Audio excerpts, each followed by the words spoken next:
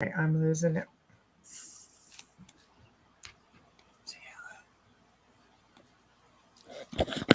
Hello, we are live on the Outer Realm. Good evening, everyone. And I am Michelle Desrochers. Look how cute I look I'm today. waiting for my intro, You actually. could. You didn't have time. What? You didn't have time. Just Yeah, freaking I didn't realize you watch had. me. Hey, I didn't know you. Hi. Hey,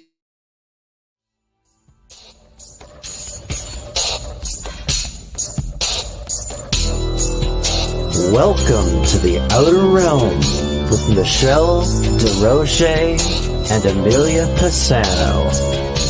Airing live on the United Public Radio Network, 105.3 FM in New Orleans.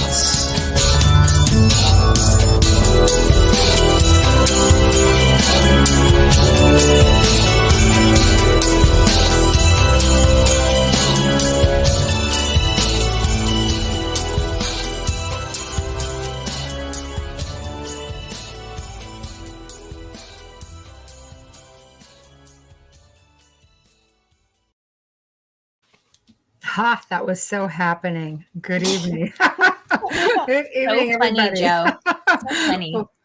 Welcome to the Outer Realm Wednesday night edition. We are broadcasting live here via the International Public Radio, right here on United Public Radio Network 105.3 FM in the beautiful city of New Orleans. We are sponsored by the amazing people over at Folgers Coffee, who have been with us from day one. So thank you, Folgers. It would not be the same without you. And of course, our other amazing sponsor, Dr. Snick, aka the Sonic Surgeon, our dear friend Justin Snicker, who is an award-winning composer of Halloween, horror, sci-fi, and dark wave electronic music. You should be looking him up right now because 'tis the season. So his music is available on Bandcamp, Spotify, iTunes, Amazon, and most streaming platforms. And we thank him for his generous contribution of his music and his voice to our show. So tonight we welcome Stone Hobbit.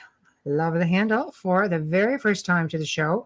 And she's going to be discussing so much. It's just going to be totally full segment. Topics will range anywhere from her tumultuous childhood to her journey into the paranormal, UFO experiences, night terrors. My gosh, the list goes on.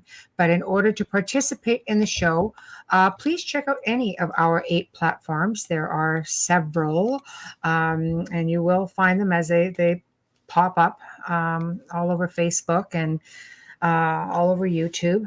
Anyway, only way you can get a response is by tagging Amelia in UFO Paranormal Radio on YouTube. Otherwise, you'll have to sit tight and wait for us to be able to get to you.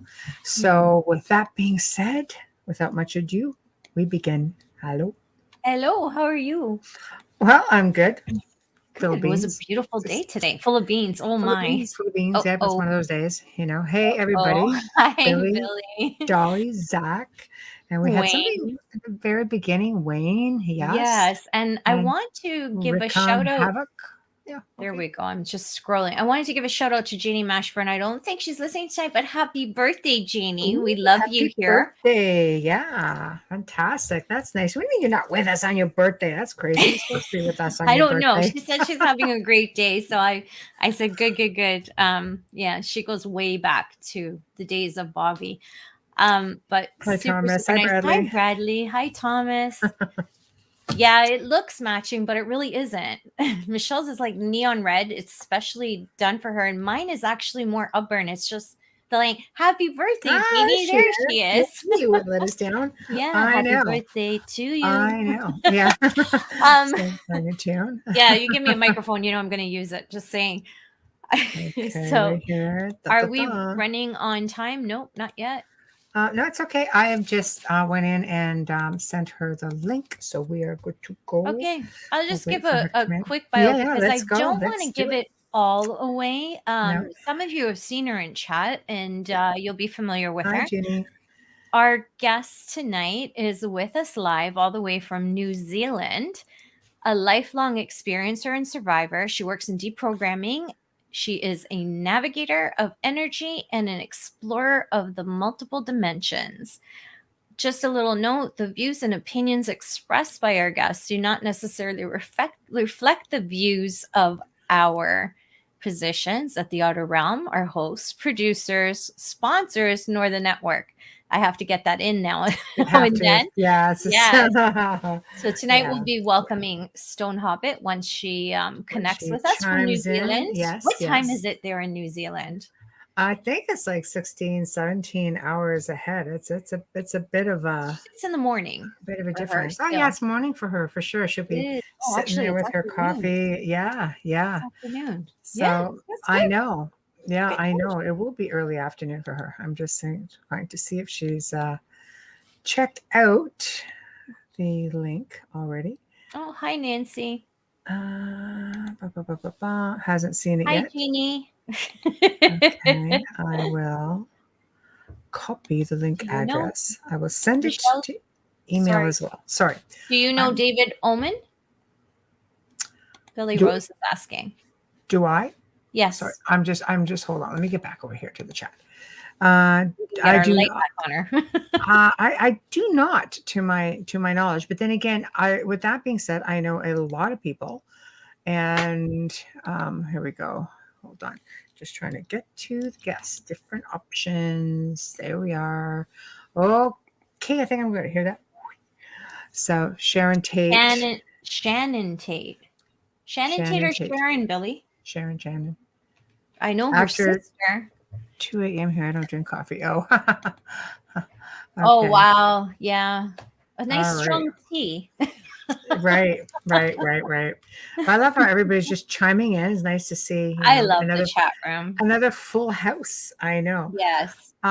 It's been interesting. For those who don't know, Stone has been, in chat through some of the other shows, and realistically, had a story to tell and started, giving us little tidbits. You never know if you can end up here in the Outer Realm or not.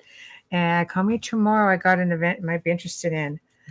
Absolutely. Just because it's you. I don't really do a whole lot of events. Mind you, it is out east, so we'll Sorry, see. I'm playing my lighting. Yeah, But, as long as you're driving, you'll be fine. If you fly, it's a whole other ball game. It's possible. It is possible. Yeah. But yeah, so she basically had a story to tell and started getting in there and giving us little tidbits of it, and started sending over some photos, and we started having a really good conversation, and man, there it is. So we had a sudden opening, which does not happen this time of year. I was actually really amazed, but it worked out really well. We had a mix up because we had the last minute emergency with the guest last week because we were supposed to Q&A this week. So that's what happened. So yeah, it's rare, but the way we're going, it might be another one. So who are you looking for interview? Who, Billy? Who? I think he means Bradley. Oh no. The actor or the actress? The actor David Ullman? I'm confused, Billy. Sure, hook us up. You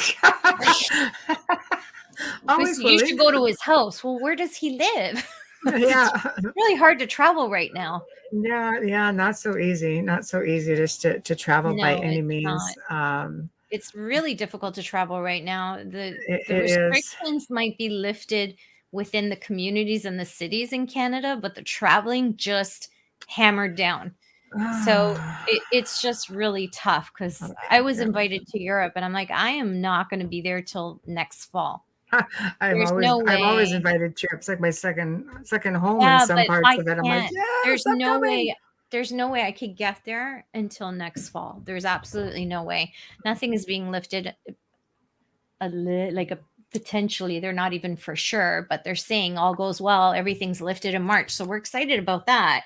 It'd be nice to wear lipstick outside of my house again because wearing a mask, there's really no point. So they just click on the link. We're ready. Yeah, I like Joe's little slogan at the bottom. His name is Happy Almost Halloween. Getting there, man. We're getting there. Yeah, honey, we are. It's just a few days away. I wonder what everybody in the chat room, what are you guys doing for Halloween while we're waiting? Let us know. Just a few days away, actually. Yeah. It's really coming up. I have restrictions lifted down there. Well, isn't that nice, Zach? It was lifted a long time before you got COVID too. Just saying. I'm glad that you're better though.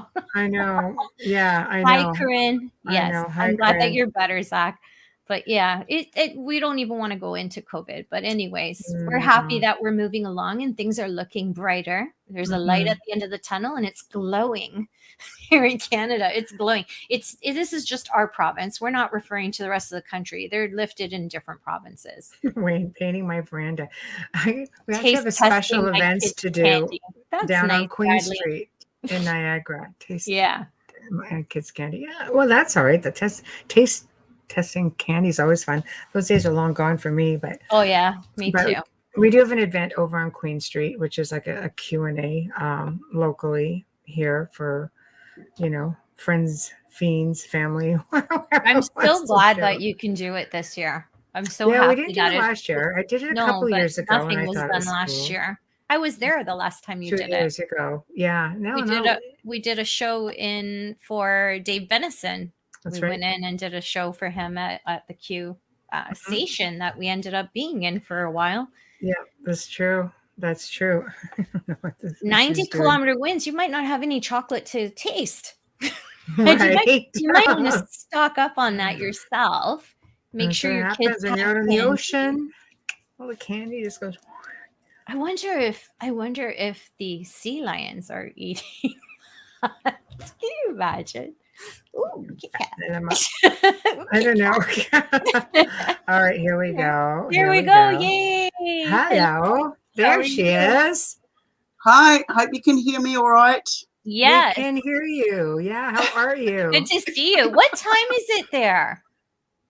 It is 2:21 here. We've got rain going on and we're having internet outages. Oh, no. because of the weather. How do you pronounce the city where you're from? Because I said you're from New Zealand because I was embarrassed. I thought, oh my gosh, I'm going to embarrass myself and fudge it up. So how do you say the city where you're from? Aotearoa. Aotearoa. That's Aotearoa. Yes, Aotearoa. I want to name You never would have. I want to name a child that. I want to name a child that. No, that's beautiful. You don't even want to try it. You're just going to butcher it. No, I did butcher it twice. Twice I butchered it. No, it's fine. We're bringing it back. We're bringing it back from Crown called it New Zealand. We call it Aotearoa. So, nice. That's the native name, yes. I have a friend. I'm sorry, ladies, I was a bit late. No, not at all. Hey, everybody's fashionably late. We're pretty laid back here, if you haven't noticed. Yeah, we're actually early. We're usually not on till 20 past. Yeah. Oh, we know how to amuse ourselves. So yeah. So I'm really glad you could join us. I was just explaining to everybody that you never know, where you're going to end up, because so many people in chat have a story to tell, and we have those who just follow along faithfully, which we love, and that's how we kind of got to know you a little bit, is just through stories and through one of our Q&As, and we thought, wow, what a fascinating story to tell. You've had a very fascinating existence, shall we say.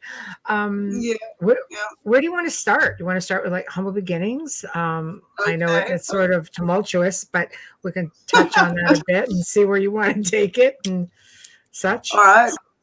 Well, I'm known as Stone Hobbit. I've been known as Stone Hobbit for about 10, 15 years or so.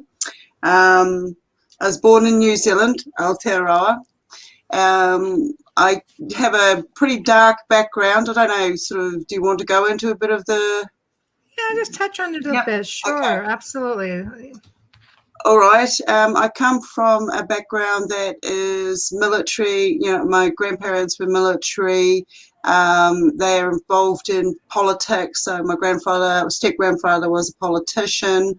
They were involved in Masonic order. They were involved in a pedophile cult ring here in New Zealand called Centrepoint. It's well known. And just before everything went to court and stuff, we were flown out of New Zealand and landed in Australia. Wow. So basically, I was in a pedophile family, pedophile ring, child trafficked from a very early age, infancy. and basically bounced from town to town because my parents at the time were miners. They, worked in the forestry, they worked in mines, they worked in the fire brigade, they worked just all over the place. I counted over 20 schools in my lifetime. Wow. Wow, that's I a lot for a child. Well traveled. Yeah. School district. You could say well traveled, Aw. but they were always running from something. With all the dark stuff in my life, I also encountered a lot of what I once called paranormal. I don't look at it as paranormal anymore because it's normal for me. You're freezing. Oh no! You're freezing up on us. Yeah. Oh no! I think you Okay, sound how like you're now? underwater a little bit. It's pieces. Just take your time speaking Yeah. so that Yeah, it no picks problem. up. It picks up the lag. It'll slow it down. Don't worry. What's the last we heard? Oh no! I wish we had a phone line. I wish we had a phone line right now. I know. It's a Yeah, big, it would be easier because then you could just call.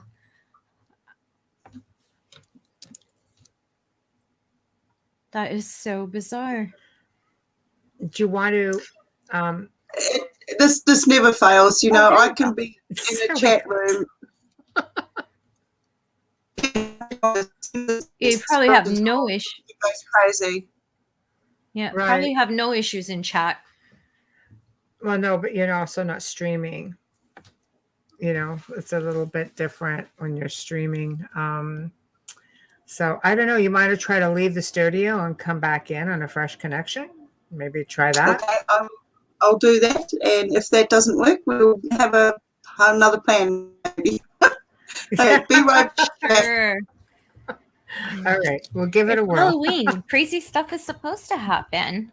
What were we It- thinking? Of course. It is. It sounds like she's definitely had a really, dark upbringing for sure. That's definitely a good segue into the paranormal. I think a lot of people in that situation, especially, when you're getting into cults and ritual abuse and ritual magic and things like that, you're definitely bound to somehow end up with some kind of attachment or interest anyway. Mhm. Let's face it. I don't know. We'll just wait for her to chime back in. And I do know that she's from conversation. She's been a paranormal investigator, for about 20 years. So she's definitely has a lot, a lot to talk about with that. And she is an experiencer, abductee, and she's suffered from night terrors, and she has had encounters with greys and with reptilians. I guess Wiggy. Wow. It's just, I don't know how I feel. All down under. I know. It goes to show you. Right? I watched a couple of episodes of, I don't know if anybody watches Below Deck. I don't know which one it was, but they're on a yacht, and they were all from Australia. I think one was from New Zealand, all of the employees. And I was able to listen to her without even flinching. I just want to get Dolly's comment. Sorry, I had to get my glasses on. Yes, all background did programs. that. Yeah. That's just it. Yep, there she is. Let's see if it works. I will tell her that. Yep. Thank you, Dolly. Make sure you have all of your background programs on the computer shut down, updates, everything that comes in. Okay, we're going to try it again. So, we left off at dark, humble beginnings, dark origins. So where do you want to go from that? Moving to Australia. We're in Australia. We're running. Where do we go from there? All right. Long story short, all over Australia. That's right. To a place called Muliella. It's a little mining town. It's Aboriginal word. I always knew it as Endeavour Resources, but that was the company that owned it. My mother and I were coming home one evening, and she exclaimed that there was something bright, an orange ball coming up behind us. So anyway, being a kid, I was, going into my teens and stuff. I look out the back, and sure enough, an orange flying ball was coming towards us. And that was the last thing I remember of it.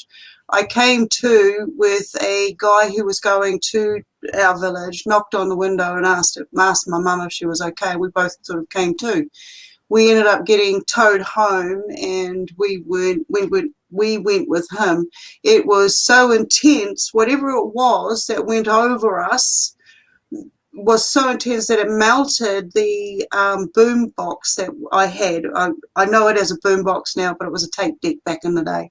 Right. And it melted my cassette tape. I'm not going to tell you what sort it was. You're going to have to really twist my arm to get that one out. And As long as it's not a boy band, we're good. no, it wasn't actually. But in that process of time, whatever it was had been sighted right across Australia over to Victoria, Melbourne, and Sydney, and they were trying to say that it was Sputnik. Now, later on, I discovered that, the so-called Sputnik was a satellite that was meant to have come down. Now, as far as I'm aware of, satellites don't turn around and come back across the country, because this one turned around after it was seen in Victoria, and then it came back across the village that I was in and crashed down in what we called the Two Sisters, which were two rocks, and between the two rocks there was this big lake sort of thing that we could swim in. But there was never any wreckage found. The military came in, and we were just overtaken. And through that process, there were a few people that suddenly vanished. We didn't see them again, or they turned up in freak accidents. Like a chap that I knew, I'm just going to call him Sid for now.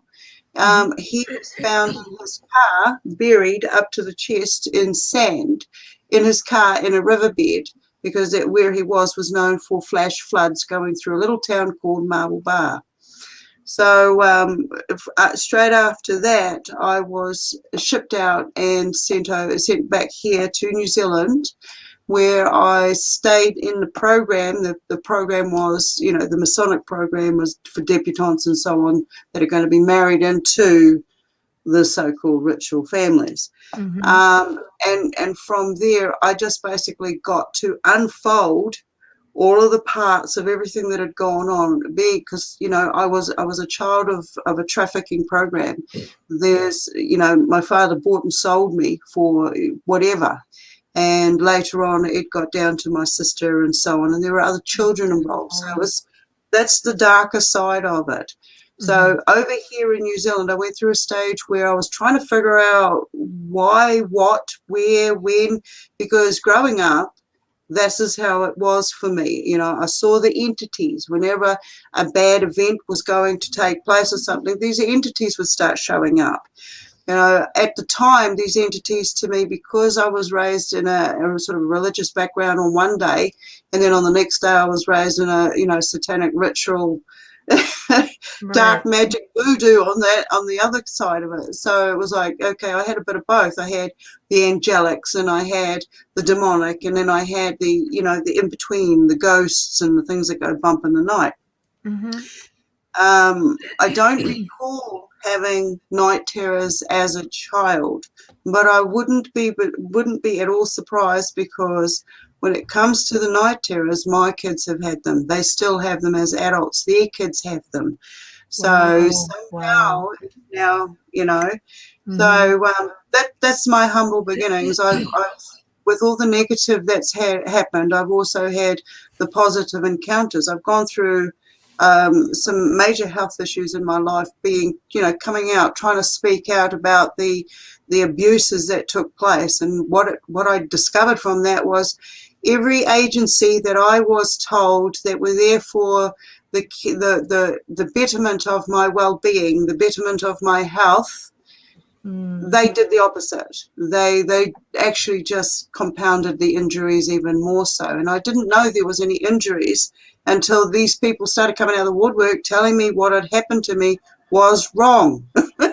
Right. So this is not normal. Right. Yeah. Right. So right. I had to question everything. I had to question I had to question what love was. because part of the programming was when I questioned those involved, I got told I did it because I loved you. You know, that really messes with your brain, you know. So I went through counselling and for years, at least 3 years, and discovered that they didn't have the answers. They didn't know what the heck they were dealing with. Right. You know, and Right. I wanted to That's know. a hard pill to swallow, really. Oh, heck yeah. I needed to know what they were saying because it wasn't making sense to me. So I Right. started studying psychology. And I got through that. So I was able to turn around and say, hey, look, you know, what you're doing here is actually wrong. It's actually illegal.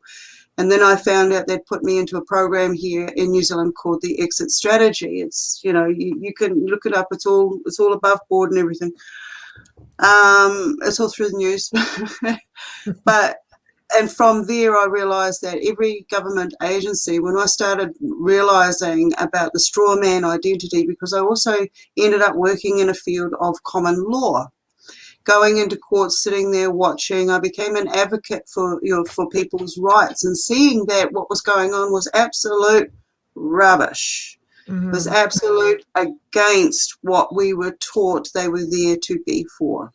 They weren't representing anybody but the bank themselves. Right. So I went from that, and I've always had abilities. So I've had like visions. I've been clairvoyant, mediumship. I read tarot cards. Used to do palm reading. The whole kit and caboodle. I still play with my rune bones and my pendulum. The rest of it is just people reading. It's just, I just see the energies around people.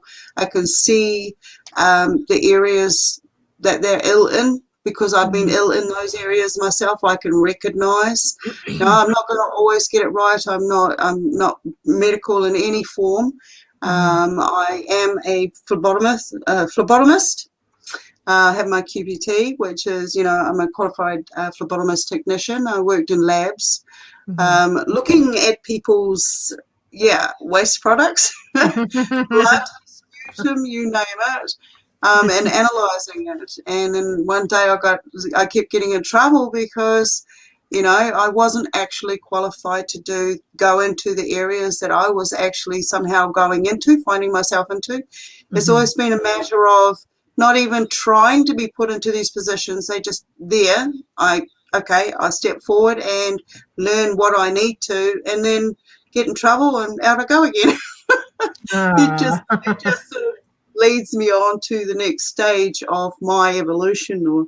And throughout this process, these beings never stopped coming. Okay, they've always come, and over the years, it's just gotten stronger and stronger. It's like I can pretty much go outside and go, you know, do my little signal and say my little mantra. And you know, it used to be 3 minutes they'd show up. Within 3 minutes of me doing it, they'd show up. Now it's just, I just have to go outside. Right. As soon as, you know, they'll flash me. I call them the flasher, because back in the day I had no other, you know, terminology for what it was that I was constantly seeing.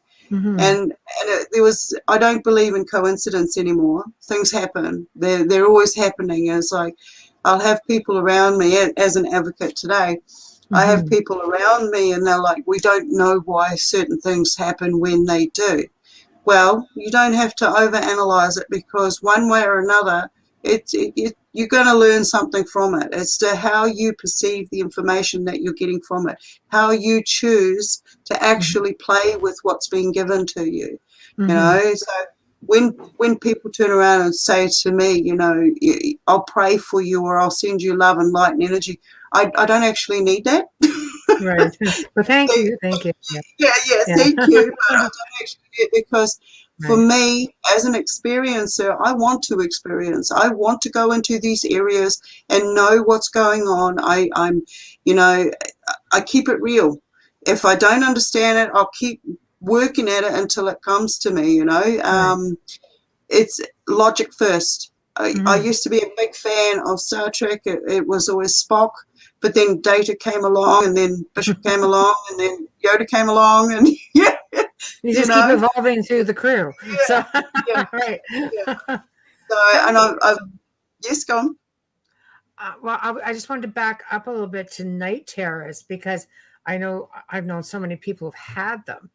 Can you attribute them at all to your childhood experiences, or is it something completely different for you? Because people who, let's say, it's very it's a very wide spectrum with night terrors. You know, some people say, oh, it's the hag syndrome. Other people will give you completely logical reasons for them. Other people say, no, it's a process of an abduction. What is it for you, do you think? Well, like I said, I don't recall too many night terrors as a child, but I Right. do recall my kids having night terrors. And I don't recall my kids ever going through anything drastic enough to cause or warrant the reactions that they were having. Wow. And as for me, yes, I've going through the psychology levels of it. They put it down to childhood traumas and the stuff that I've gone through. Now, there are areas there that I can easily say, oh, yes, absolutely, that would cause that, that would cause that, but I don't recall it actually causing it for me. Right. In some of the night terrors I've had, I've always been at that pinnacle of, I need help. I need help. So I start calling out. I start screaming out at the top of my internal lungs. And because I've given myself a focus point and I can call out that one person to break me out, you know, it's just a mindset of breaking me out of the, I've had like the sleep paralysis thing. Yeah. Mm, mm. Yeah. So over the years, practically each time it came along, I tried to capture me having one, because over the years, it was signs started showing up. And so when I started seeing more and more of these signs, I knew, okay, well, I get the feeling I'm going to have a night terror. So Right. I And will set, yeah. can you tell So, us a but, bit about those? okay. Well, it started off with, I just knew that something, it was like an atmosphere thing that just doesn't sit right. And when I get that, it's almost like a message that's coming in somewhere, and I go, okay, everybody, I'm going to have a night terror tonight. Please don't disturb me. I'm trying to capture it. Da, da, da. It came on as a feeling state. In the early days when I started recognizing that I was having these night terrors, my first real vicious one was, I'm lying in bed. I could hear everybody else out there around me and stuff. And I started hearing these voices, and I turned my head over to look to see who it was coming down the hallway, and I realized that the lighting of the house, the hallway, was wrong. I noticed that there was nobody next to me in my bed. Then I started, there was no physical body of these entities that came in, just faces. And the closest face I can say is like the one that's in the Scream portrait. You know, he's got the big distorted face. It was like that, okay? But there was a lot of them. And it was hands, lots of hands. And I'm screaming because it's really hurting. Whatever that they're doing to me is really hurting. And I'm like, no, let me go. And I could feel them ripping me out of my physical body until it came to my feet. And I felt like I was just honestly hanging on by that little tether. And I begged them to leave me alone. I just begged with I don't even know who they were, okay? And at that point, I was told they'll be back. We'll be back. And they let me go. And I woke up and I stayed awake for the rest of the night. Oh, I'd be frightened. I'd be awake as well. You must have been so afraid. That was one of them. But over the time, I mean, I was hospitalized with pneumonia, and I said to them, look, I suffer from night terrors. I don't think this is a good thing, putting me in a room with other people. And it was a mess up from the start. I know that if I hadn't got up and walked out of that hospital and I was lying through my teeth to get out of there, I don't think I would have made it out of there alive. There were so many issues that went on. It was absolutely crazy. I had a lady opposite me saying, get out of here, they're going to kill you. I had a night terror because they gave me medication. I told them that I could not have any more because I had totally emptied out my system and I had become vegan, you know, plant-based. And I was doing a big spiritual, you know, change in my lifetime at the time. And so the chemicals they gave me, I believe I had a reaction to, and in the night terror, I knew I was going into one and I couldn't do anything about it because they had already partially sedated me. So usually I can fight whatever comes at me, but when I was sedated, it was a bit different. I had to just sort of go with the flow. I couldn't, and in that I was hit in the back of the head with a gun butt. And when that happened and everything blacked out, I sat up and I had suffered from a mini stroke, okay, because they had overdosed me on the medications. So I got out of there as fast as I could. My gosh. Wow. Yeah. Now, I'll jump onto the light Okay, energy, because that will go back into the night terrors and stuff. In 1989, I lost my first son to a cot death. He was 10 and a half months old. He was So sorry. That's all right. It's all history. It's, part of the parcel, the journey. And he taught me a lot while he was here. He's my little gift. Okay. Anyway, there were a lot of spiritual, paranormal things that took place with his passing. Like his train would toot. He had a push train and it would toot, and there was nobody in the room. I remember jumping. I was in the bathroom away from the rest of the members of the family that had come, and I jumped up and went straight in the room, and there was nobody there. You could smell him, though. I could smell his, his essence in the room. And there were a few incidents of green eyes straight after he had passed. I had green eyes. You could see them in the back seat of the car where he used to sit in his car seat. And then there was a young girl his age. We were in hospital together and had the kids at the same time, so they were the same age. And she would sit in his car seat and she would take on his personality and do what he used to do in the car seat. Now, after the funeral and everything had all settled down, I had one of these callings, if you want to call it. I'd gotten up. I'd been disturbed a couple of times through that evening. I got up, went to the bathroom, and I came back, and I got into bed, and I lay straight down. Now, in front of me, at my foot, there was a bay window and a long driveway.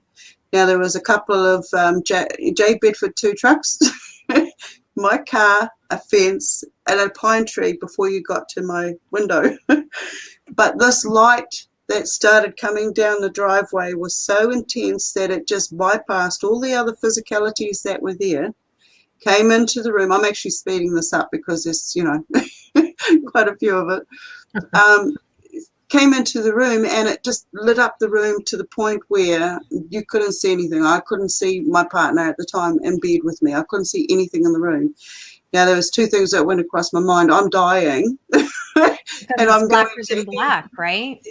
Yeah. And so otherwise, what is that? And then I heard these noises like, and then I thought, okay. And then I started seeing movement in this white light. And before long, I saw a tall figure coming down the steps holding the hand of a small figure. And as closer they got, the appearance became Jesus Christ. Now, by this stage of my life, Jesus is not in my life, okay? He's gone, all right? I've moved on. And he was holding my son's hand, and I'm like, well, my ghost was coming back to me. He's coming back, I want to interact. It's only 2 weeks since he died. So I'm like, okay, show me, And then when my son reached out to hold my hand, there was something that was not quite right about this, and I pulled away. And as soon as I pulled away, everything just went whoosh, and I felt like I had dropped straight down, like a plummeted down, and I'm back. It was so heavy. Everything was heavy around me. The breathing became heavy. And then I'm thinking, oh no, what did I just give up? No, come back. I want this to happen again. Please, I'm not going to chicken out. And I turned over by the stage because I'm like, feeling a bit mental. And I put my face is faced into the pillow, okay, because I'm upset. I don't want to wake my partner, lots of reasons. And then I started, it was like I was in the first position where I was sitting back up in bed and it was coming through the window. But I know I physically was face down in the pillow when it was happening. So it came back, they came back down the steps and stuff. He reached his hand out the second time. I'm looking at everything. And all I can say is, like, it sounds absolutely crazy, but I understand how they work now.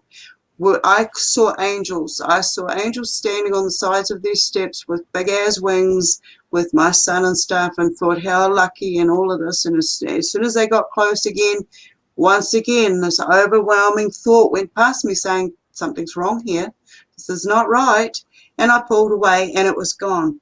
Now, for years, I knocked myself about that experience. You know, what could I have gained if I had just touched that hand, you know?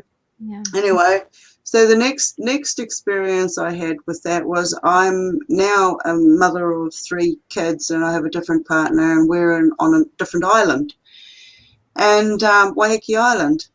And it was a weird evening. We knew the sensations. Now, I never had any night paralysis that I recall on that first experience where the light came in, all right? So on the second one, it was a weird evening. My partner was in bed. I was in bed. We were facing, back to back, so we're looking outside of the sides of the bed. In the next room over, it was a room that had no lock on it, and it didn't fit. It was a little country place that had been rebuilt, so nothing measured up properly, square. And so you could see light coming out of that room. There was no lock on it, and there was a bunk bed. I had 3 kids. Anyway, that evening, I'm in bed, and I'm getting this heavy feeling, heavy sensation, and I asked my partner, are you feeling it? And he's like, the room feels heavy. It's fine. So after that, I hear a disturbance, and I open my eyes, and there's a little figure standing in my doorway. Now, it was just meant to be like a little study room, but, I needed a room for adults. So it was like a little study archway with no curtain, no doorway or anything, but there was a little image standing at the bottom. And I thought, very first impression was, it was my son who was just turned 3. He'd come to, woken up out of bed, wanted some attention. But as soon as I had that thought that it was my son, I realized it wasn't. It was a little grey standing there with a big head looking at me, and I swore at the top of my internal lungs, leave my dirt kids alone. Don't you touch them, because I had obviously encountered this being before to have such a spontaneous reaction to what I had had. Mm-hmm. At this stage, my partner is talking to me, but not verbally. I can hear panic. He can hear my panic. He can hear me screaming. And at this stage, I'm feeling my body is in total paralysis. I cannot physically move, and it's like it's one of those things of you ever been held down with heaps of people sitting on top of you, and you cannot breathe. This is what it is like. I managed to break out of that. I threw myself off the bed. I ran to the other door, and I could not open it. With all my might, I could not open it. I kept asking myself over and over again, am I awake? Am I awake? Am I awake? Yes, I'm awake, and I'm putting my energy into this. Anyway, you could see light coming out of the top crack and the bottom crack of it. Anyway, I'm swearing out loud, and I managed to get the door open. As soon as I opened the door, the room is full of white light, okay? And it was the same white light as the first time. Now, I left a couple of things out. In the first one, when they first came in, there was this total bliss, this total peacefulness, like this was a good thing that was happening to me. I could relax into it. This is the first occasion. And I could smell what smelled like African violets, the little purple ones, mm-hmm. and miniature pink wild roses. If you can combine those two, that's what this smell was like. And I now recognize that's the smell I get when there's a death going to happen, or somebody's getting close to passing on, or has just passed on. The other one is a very putrid smell, which is I stay a bit away from that. Right. So, I know that one. Yeah. So from there, I'm standing at the door. The room is so white. I cannot see the corners. I cannot see the architraves, the light, the fittings, the bunks. The kids can't. And I'm swearing. And as soon I must have had a key point or something, because it engulfed, the light engulfed in on itself, and it went into like a really tiny ball. And I'm watching this, I haven't let go of the gaze of it, and it comes straight at me. And there was no time for me to move out of the way. And it hit me in the stomach, and I went down on my butt. Okay, I went across the floor. We had a wooden floor. I went across the floor a little bit. At this stage, I turn around, and there's my partner standing there pulling me up, and we're going into the kids' room. Okay, we get the kids out of bed. One's already sitting up. One's crying. The other one doesn't know what the hell's going on. And we get out of there, and because we're in the cottage had an outhouse. The outhouse was the bathroom and the toilet and another little room. So we get everybody to go there, and then we go up onto the hill, and that was it. We don't remember anything else. We woke up the next day in our beds as if nothing else had happened. None of us remember what happened when we got to the road. Okay, so there's that part of it. The next one was a few years later after that. I am doing a reading for a young girl. I didn't know anything about her. She was a total stranger. And in doing the reading, I heard the voices were coming in, and I picked it up to be a connection to her. The message was about Frog. Frog turned out to be her father, who gave a message about a rose that was written on a piece of board, da-da-da. But in this process, I got accurate information with her, but in this process, there was this noise, and I turned around and I looked. I mean, other people can't hear some of the noises that I hear, because I've now become, sensitive to the frequencies of other beings and entities coming in. They're noisy. Right. They trip over stuff. When they have to balance the frequency to be in this density that we call 3D, they make noise. They trip up like we do. So at the stage now, I'm seeing my son again. Well, what the heck are they playing at? Why are they showing me another image of my son after 15, 16 years or so, and it's like, absolutely not. You've got this image wrong. I'm not going to be fooled again. I know how you guys work, because I've had other encounters where they've showed up. And so as soon as I called them out on it, the illusion that they had playing broke, and I got to see them. All right. Okay, and then so after that, I was able to put the three to four different bright light room things, because they came in that one as well, and I got to see how they manipulated the memories. Okay, I got to see now when I go into the night terrors with the same paralytic state that they put me in, I also had with these greys. All right.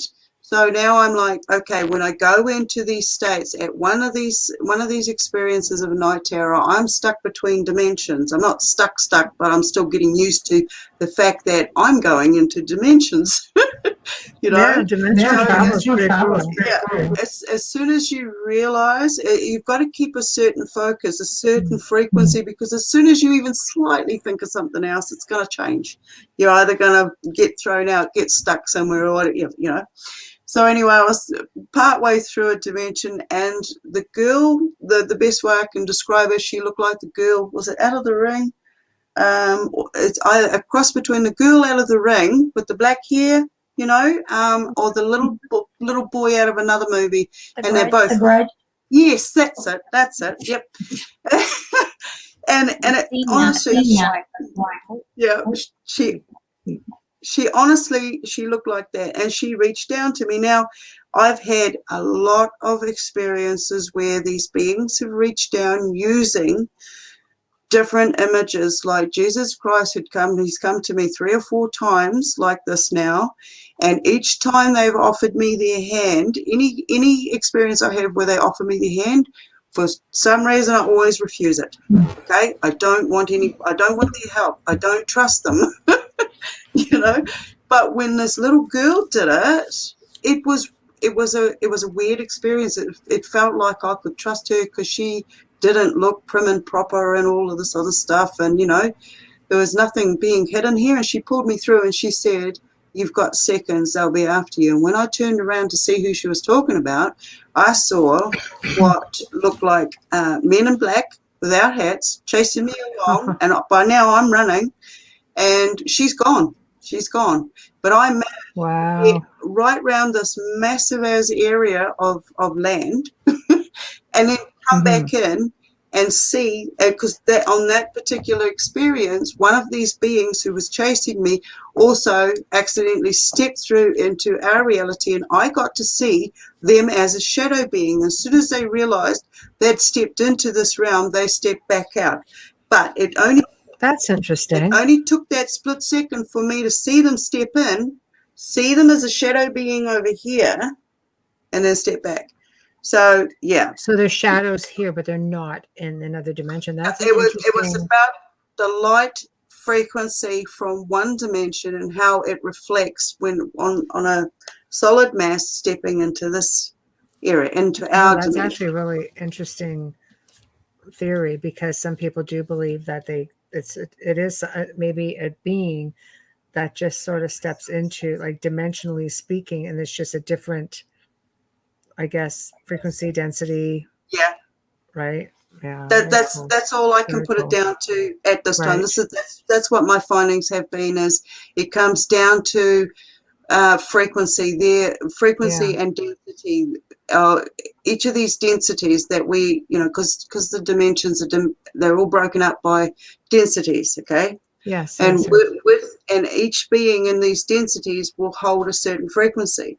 And when they can, it's like a time gating, that's another aspect of all of this. This is where it's gone. It's taken me off this planet through stargates, I'll tell you. Wow, that's fascinating, though. So, I mean, But that's a good ET experience. well, I don't look at them as bad at ET experiences now, because at one stage, being an abductee and trying to fight and you can't take me against my will. You're breaking my free will. You're doing all of this, that, and everything But else. when you relax, things get better. Is that right? Well, when I started saying, "Hey, no, I want to know more. Don't do this to me anymore." I know what I want to learn. I want to learn. Do I want to. you think that you were having horrific experiences because you were fighting, and they're just like, calm the hell down? Like, it's just like, did you think it was something along those lines, or? Well, I'm not 100% sure on it, because Right. I'm basically at the point now where perception. This is what I've learned. Perception is key. You can go through mass amounts of pain without even feeling a single bit of it. Right. And it comes down to your perception, the strength of your perception. Once again, that comes down to knowing your frequency and what your toleration levels are and how to build them up or not. But we need to have some of these. They're safety barriers. If you can't feel pain, you're not going to survive very long in this reality, in this density. Right. I know that I've had experiences where I've gone into these night terrors. See, back in the day, on the second encounter I was explaining, that wasn't the only encounter. I woke up one morning and my partner said to me, "What the heck have you done to yourself?" And I'm like, what are you talking about? I had whip marks across my back, and there was absolutely no way that I could have had these markings across my back. They were clear as. And the terror experience that I had was I was always running. I was always running from something, or looking for, protection, or hiding from something that was after me. So over a period of time, I realized that, yes, I did do a lot of fighting. And it's only shown up on, like, I now see what the super soldier aspect of it is as well, because all of these experiences, it's not just about ETs coming and going and visiting. It's also the actual other aspects of the work that you're doing in the different dimensions. I taught myself how to fly, astral project. I taught myself, and I had lots and lots of encounters where I'd get to similar feeling states as when I interacted with these other beings. So I was able to start taking note of the encounters, You know, Right, what right, the right. commonalities between the different types of beings, the different dimensions, different feeling states, what I had eaten, what my emotional states were at the time, before and after, physical, you know, before and after, different symptoms that would kick in. Like, you know, I could go into one particular realm, and if I wasn't ready to go in there, I'd come back with bruises. You know, I'd come back with markings in some of them. So I got used to, okay, I'm aching in this area. What have I just done? Or, you know, it wasn't like I'd have these memories come back to me because they never actually left. It was just that I got preoccupied with something else. Right. So once I sat in my own space for a couple of minutes, yeah, it was like clearing. Everything became frequency for me. That's crazy.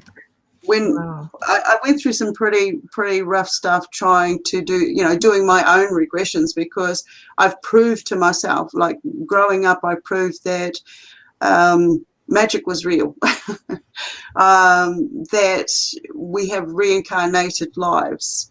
Well, the start, like when in my last life, I died of pneumonia, and in this life, I suffered from pneumonia. You know, I've had different ailments through the time, which I can also recount having lives connected to, you know, being a soldier in the Second World War and getting shot, you know, young guy, and stuff like this. It just keeps flooding back. One of the abilities that I have is I used to just play it. It was just playtime for me at the time, until I realized what it actually was, that it was actually a gift. I was able to sit in trance and talk to people normally and see their last life. It was like I was seeing the last minute of their life right before everything became a white flash. And the thing that got me was they were able to see me back at that last split second. They were able to see me because they looked me straight in the eye. And in this lifetime, to have two people that I knew but didn't know well enough to know what their fears were, if they even had fears, and to be able to pinpoint the last actions of their life and find the connection between the trauma, you know, the end of life vision that they, you know, their experience, and what I saw and how they react to it today in this density. It was absolutely a mind opener for me. Once I started saying, okay, bring me more, I want to know more, I want to learn more, because there was a lot happening. I was sitting there on the couch one day and had with a girlfriend, and we were just sitting there talking, and all of a sudden in walks these people from the hallway, and I know nobody was home. They just walked straight past us. It was like 2 or 3 shadow beings just walking straight past us, and we're like just dumbfounded.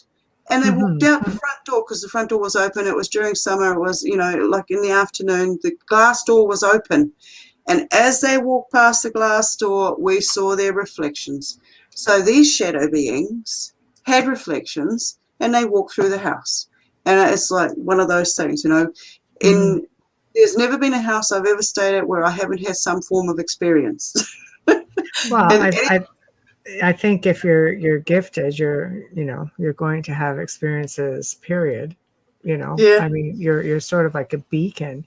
Do you find that, just trying to back up a little bit, getting back to dealing with certain types of beings, you made mention when we were chatting at one point that you had experiences with different types of, again, we'll just go with ET, before we progress onward. So I obviously some of the descriptions you're giving are grays.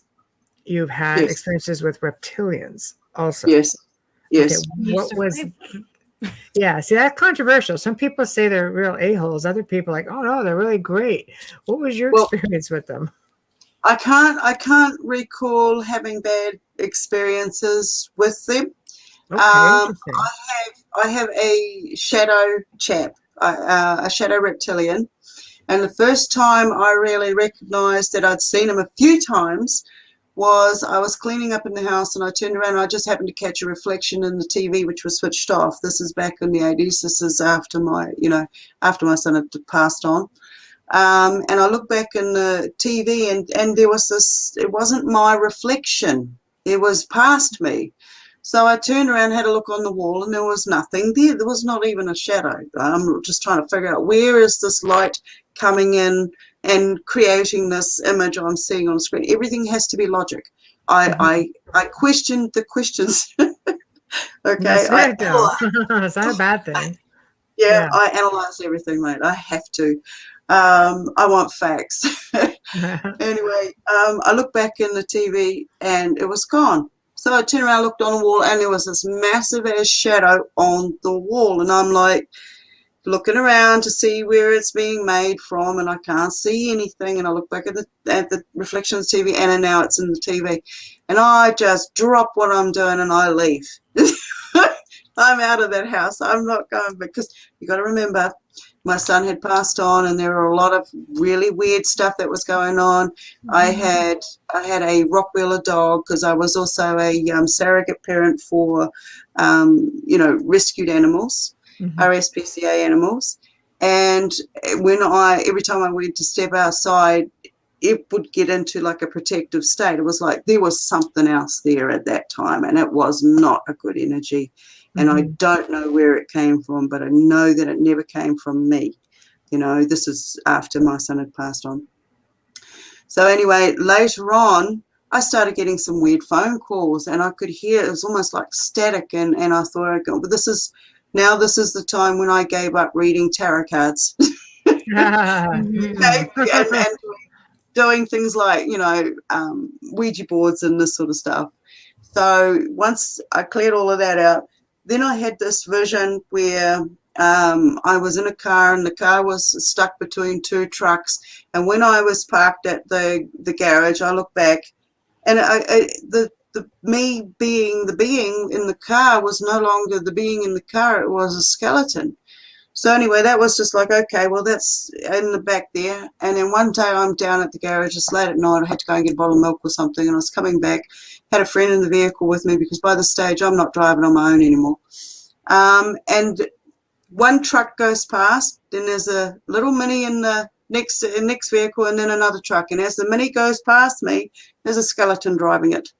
A skeleton. And I'm like, I've not been drinking. Okay. I haven't had anything.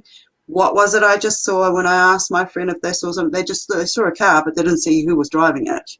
There was nobody driving it. So anyway, that led on to another vision where I saw the same vehicle go through. It missed a corner, went over the driveway, over the footpath, and through a hedge.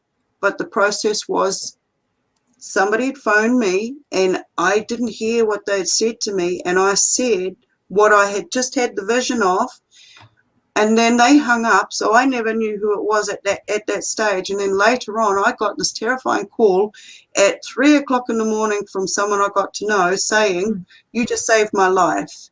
And I said, "What?" And they're like, I phoned you, and I listened to what you said about that car coming across the road, and I took it to be a message for me. And that day when I went across there and I listened to that cat, because the cat was howling at me, because that was part of the vision, was a cat. And so he stayed exactly where he was, and a car came flying around the corner, went through the hedge, and it would have killed him had he not listened to me. So that's when I started realizing that I have these visions. I've had visions of car crashes. Yeah, premonitions. Yep. Car crashes, people getting wounded and this sort of thing. I worked in a bakery, and I got to a stage where people were visiting me alive.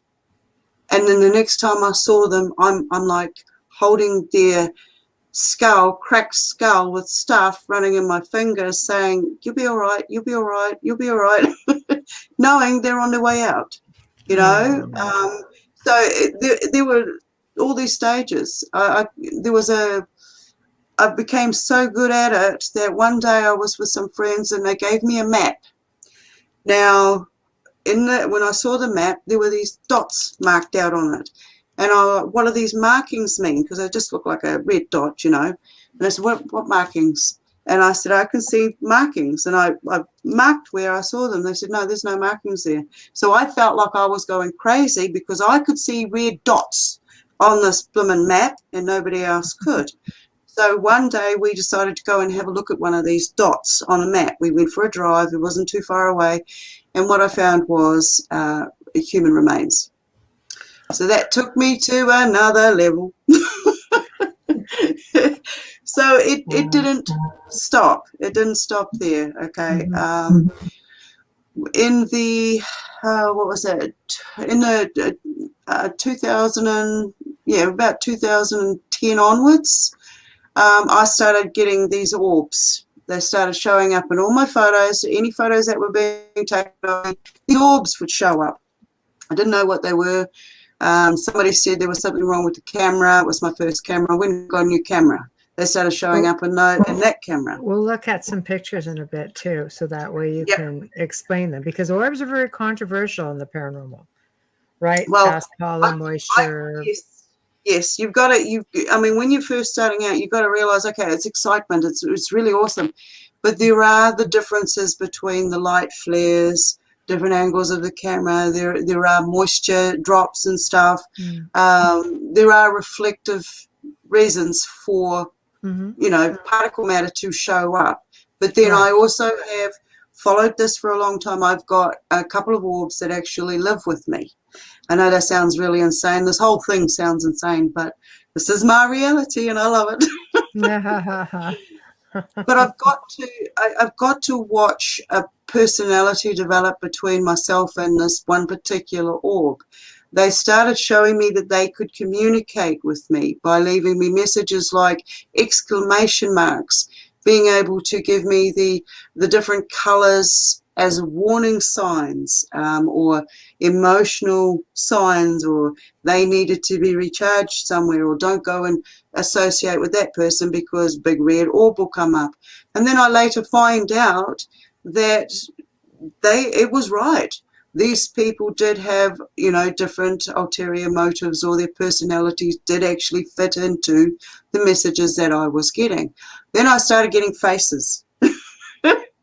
Then they started showing me how they come in tubes. I have got videos of daytime.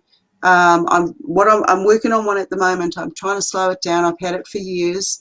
It's old technology though, so I'm not 100% sure how to make sure I don't lose any definition in it. It's daytime and it's like I'm at the end of a rainbow and you can see them going off everywhere. Now, I've questioned the particle matter, the moisture, I've questioned everything. But when I've slowed it down to 100%, you can see them coming through the wall in different colors and moving around the room. So, yeah, there's masses out there. There's a massive, some were portals. They started hatching and what looked like insects were coming out of them. But later on, I realized they weren't insects. I had a whole mass of these orbs come together in an energy and form a shape, a humanoid shape. So there is an intelligence behind this type of entity. They're not all orb entities. Some of them are also portals. I have got a couple of photos there where you look down it and it's like a spiral inside and you can see all these little beings standing in the, in the steps.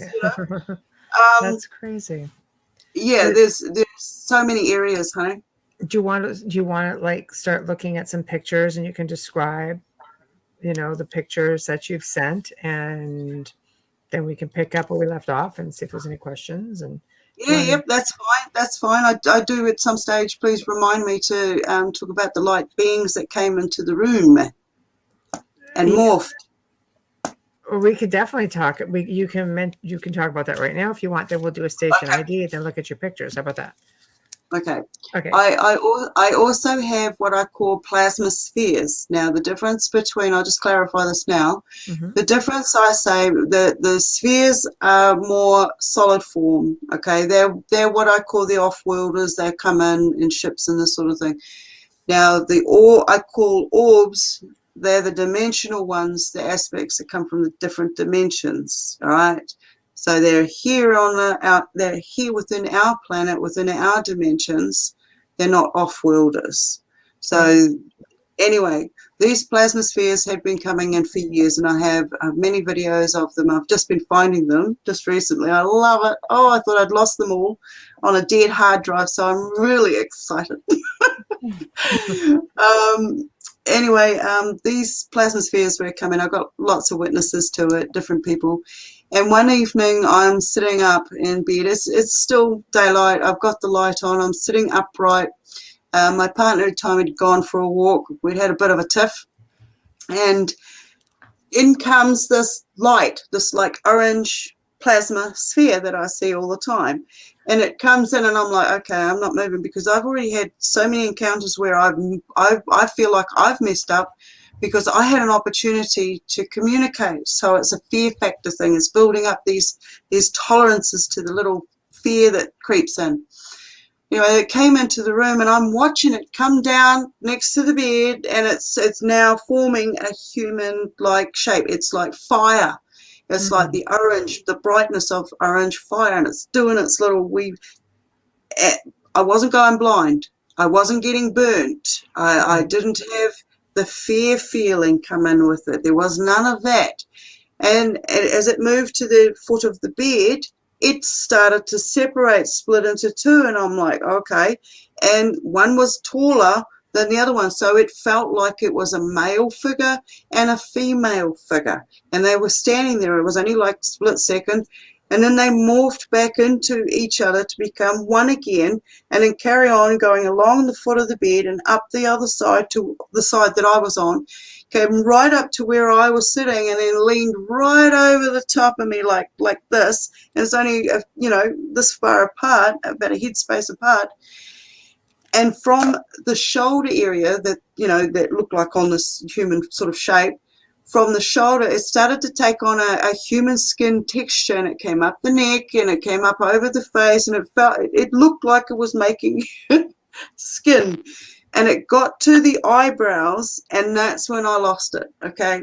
I instantly recognized the facial features as my partner who'd gone for a walk, and I felt at that split second that maybe what I was seeing was the spirit of my partner who'd gone for a walk and something bad had happened to them. So I panicked and stuffed the whole thing up. I screamed out loud. I don't know why I screamed fully. I don't know why. I did, like a sissy girl, and ran out of the room. As soon as I got to the lounge where down the hallway where these shadow beings came running down one day, walking down, there's my partners coming through the front door, so it wasn't them. So once again, I had messed up another full-on encounter. I could have learned so much more, and I've kicked myself for it ever since.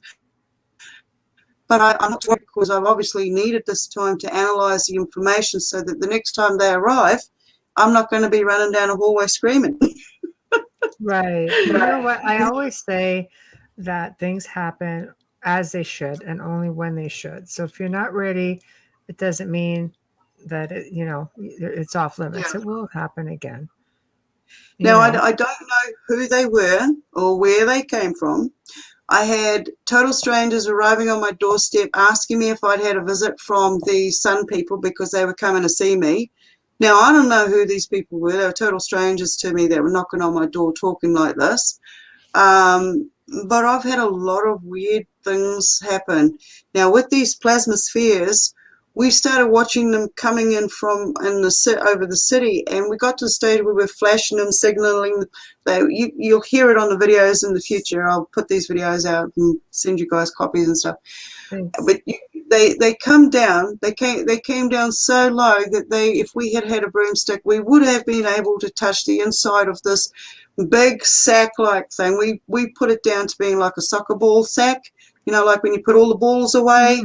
Mm-hmm. It was like that, but it was like a big shadow, so that the orange orbs would come in, orange spheres would come in, go up inside it. You wouldn't see the orange glow anymore. They were like cloaked, and then it would move off. Now, this was hovering in our yard. When you see the photos of all the orbs in the yard, you'll see in some of them there's the water tank. You'll see just how low these things did actually come down. So Oh, honestly, these things never left. I put them down to being some sort of drone at one stage, but they proved to me no, they're not drones because I live rural and they'll turn up anytime they want to. So there's no Wi-Fi out here where I am. Right. So it could be I'm anything. in the Right. sticks.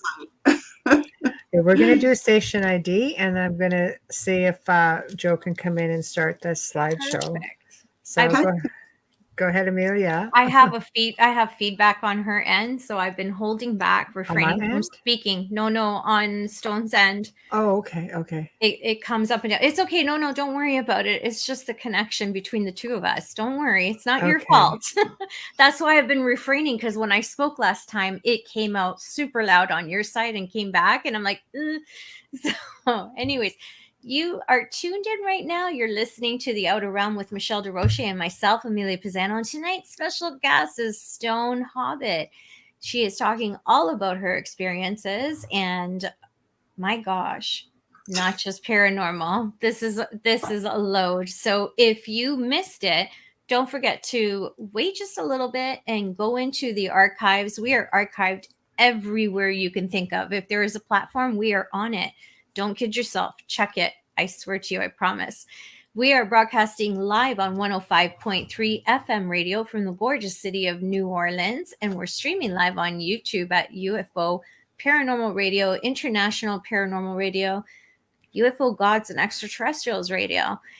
And we are also on Just reading down the list. We're on 8 different I'm reading down the platforms. list because there's 8 different platforms. We don't have all the Facebook ones. I know Joe's got them in the chat, like News on the Flip Side. And my gosh, there's so many. But anyways, tonight we just want to give a big, huge thank you, and every night, to Dr. Snick, the sonic surgeon, Mr. Justin Snicker, who is the composer, creator, and the voice on our intro and outro. He's an award-winning composer. You can find him on Bandcamp, and I think it's Bandcamp, right? And Amazon. You could Google him and find him anywhere. He's also on Facebook. He's on Instagram. He is everywhere. Also, tonight, we'd like to thank the great folks at Folgers Coffee tonight and every night for sponsoring our show.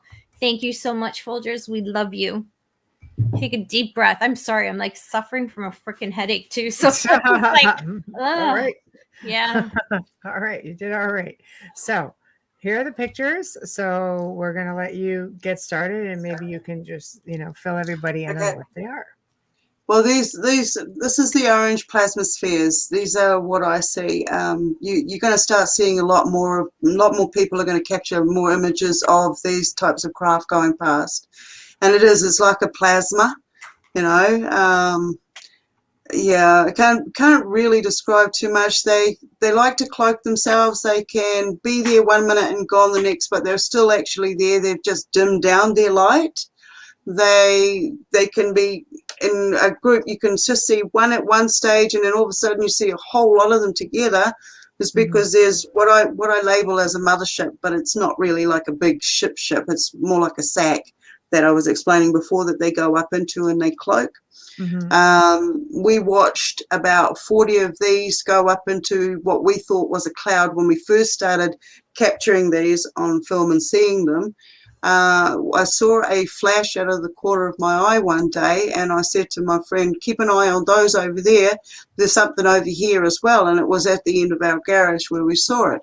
So these orange plasma spheres would come across, and they would go up into this bigger cloaking mothership, if you want to call it that, and then that would go off so people wouldn't see it. And they would come down low enough to mimic street lights. They would turn up at certain times each day when people weren't paying attention to the sky. Right? We were seeing them all the time. They're not just when we've seen them, they've also come as translucent, almost like crystal balls. I've seen them as white spheres, seen them as blue spheres. But this is the orange plasma sphere, and when this is the same coloring and everything as the plasma beings that came into my room.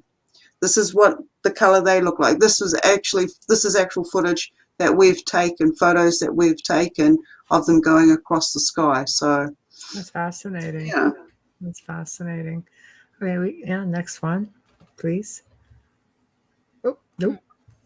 Yeah, hi, Joe. That's just me saying, we're ready. Come on. What are you doing?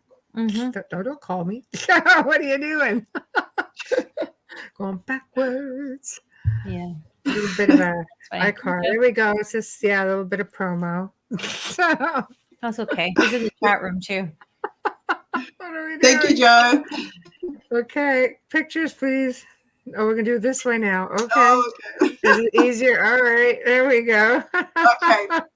Okay, we were actually making fun this day because I'm not going to name names, but there was mention that the off-worlders like our bread, so we thought we'd put it to the test, and behold, we did actually capture some object flying past. Our We tried bread. to That zoom was it. funny. Oh Come yes, get it it. was. That's hilarious. Okay. Perfect. Next. We're doing this thing again. Oh, all you had to do was We press just the do like a arrow. slideshow. Joe. Just press the Okay. arrow. There you go. This was one of the first UFOs that I'd caught because I was going through a stage where I love taking photos of cemetery art. I call it cemetery art. It's so peaceful. It's the things you capture. You would be surprised. Anyway, that was our first UFO that we had officially caught. Wow. Okay. Next. There we go. Now, that's the backyard. We've put circles around the dots because these are, if you're not seeing them moving, and I mean, I carry my camera all the time, but by the time I go to put it on to actual video, most of these things have actually already crossed the sky. So I've put the circles around the dots that show up. When I say dots, they're actually craft that are going by. I've got a lot of videos where, like I said, I'm not 100% savvy on putting things up on the internet.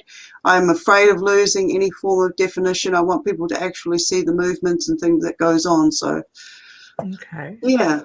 I don't know what these crafts are, but we get a lot of them out here. Go back down, Joe. Right there. Next one. Here we go. Okay. Here we are. Okay. Okay. Major copy. All right. That's Better? okay.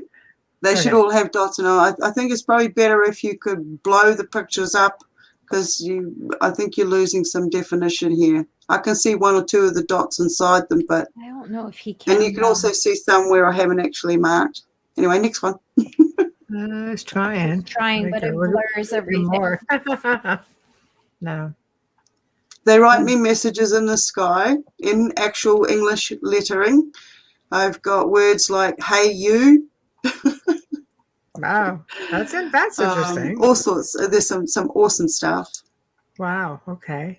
Next. Sorry, I turned the sound down. I couldn't hear anything. Oh, that's okay. Next. You go to the next one. Okay. Oh, all right. Okay, so these are what I call orbs. All right, as you can see, this is not a windy night. It's a still night. There shouldn't be any particles falling down. No It's pollen? not raining. Nothing like that? So, no, not at this stage, no. Okay. But I've had these come down in mass and form shapes. They've shown me how they come in. They come in like a cylinder, almost like what we call rods. They came in like that, and then they dissipated. So I've got the whole stream of them actually coming in as rods and then dissipating. So Yep. That's me, as you can see, somewhere in there. Right. That's interesting. Now these are like a just taking a photo. As you can see, there's one or two. Now with orbs, what I've found is when I take one photo, I can pick up one orb moving up to 7 times in one frame.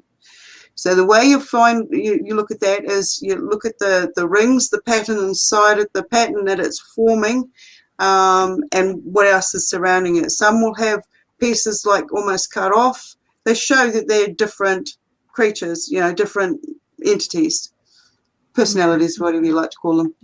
So in this one here, you can, okay, all right. Go back. Hold on. Okay, there we go. So Okay. in that one there, you can see where it's splitting. Yes. That's what I call hatching.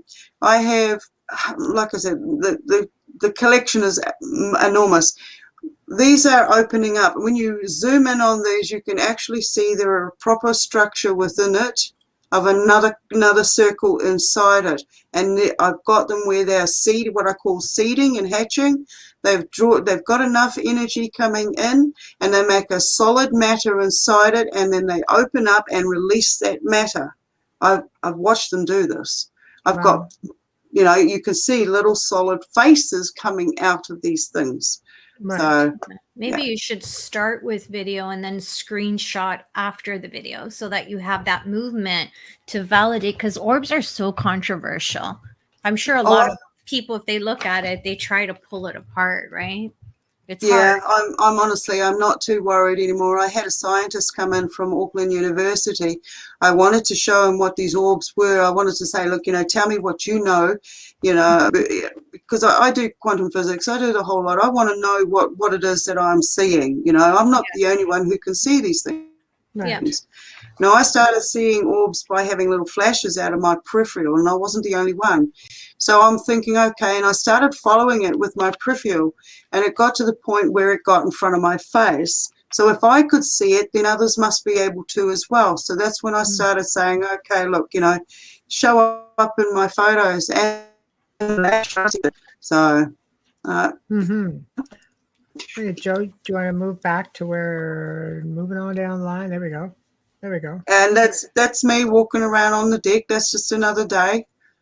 Okay, keep going. Next. There we go. Wow. Again. Yeah. I mean, I can go to somebody else's yard and not get this. Right.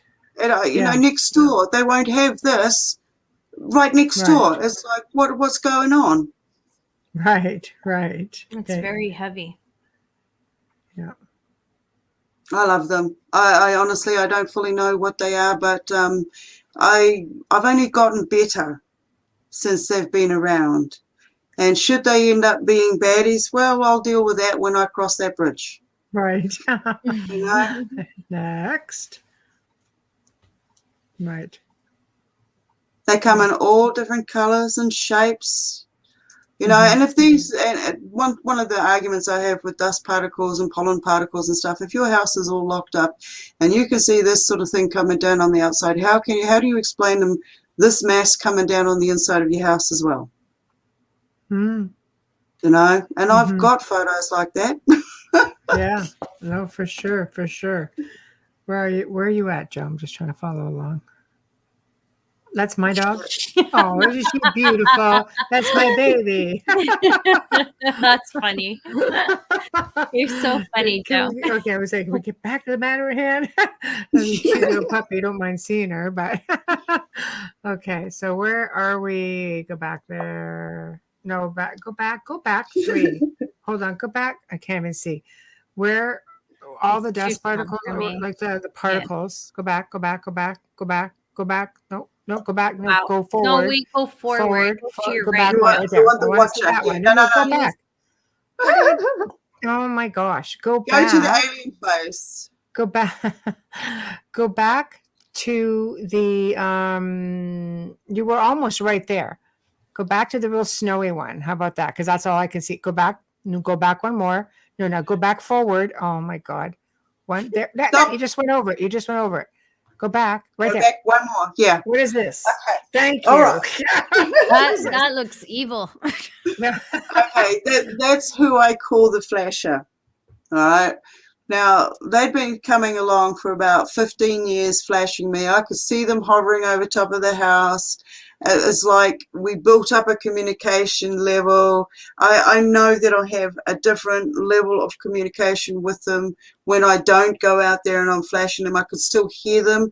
I know when they're coming into my area. It's a feeling state I get. It's like I can be inside and all of a sudden feel like, okay, I'm getting called outside. I have to go outside. I'll go out and bam, I get flashes.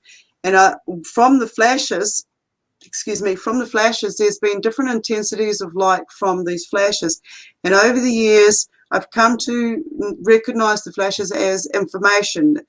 When they flash me, they are sending me different, like a tube of information, like a telephone ringing me, giving me information. Like it's a flash of light. I Right. might not, download, that's it. I might not get it straight away. The information might, filter out. But later on, it starts to filter down, and it's almost like I can hear his voice telling me this information. Or I'll sit down and I start writing, and I don't even have a clue what I'm writing, but it sounds good when I'm finished writing it. But you know what this reminds me of? Like when you say when you're having night terrors and you have like the scream guy in your face, this looks like that guy, but this also looks like a gray. Yeah, I'm not 100% what it is. I've asked a few people what they think he is. I mean, I basically said after 15 years, I stood out the back and I said that this photo was taken at this property that I'm on now. I went outside. I says, okay, come on, show yourself, show yourself. I'm getting sick of this, da, da, da, da. And I pointed the camera to the sky and I took a photo, and it showed up. I saw the image on the screen when I clicked the camera, and this is what showed up. But I'll tell you, I'm only showing you one part of this picture. I collected, when I took a shot, it took 7 in a row. Took 7 in a row. In those shots, there's 4 of these beings. Okay, there's 4 of these beings in these photos. So I don't know what they are, but what I've done is I've blown up the best face of all of them. So, because in this one I can see all the details, and the other ones I can just make out bits and pieces. So this is the best one. If you're a paranormal person, it would almost look like demonic. If you're a ufology person, it would almost look like a gray of sorts. It really does look like both. Yeah. But so, I don't seem to have any bad feelings or stuff with this being. He's just been a watcher. At one stage, their ship was above our house, and another one came in, and I felt like I'm standing there with them. And this guy here is being told off for spending too much time communicating with me. Wow. And so that other ship went off.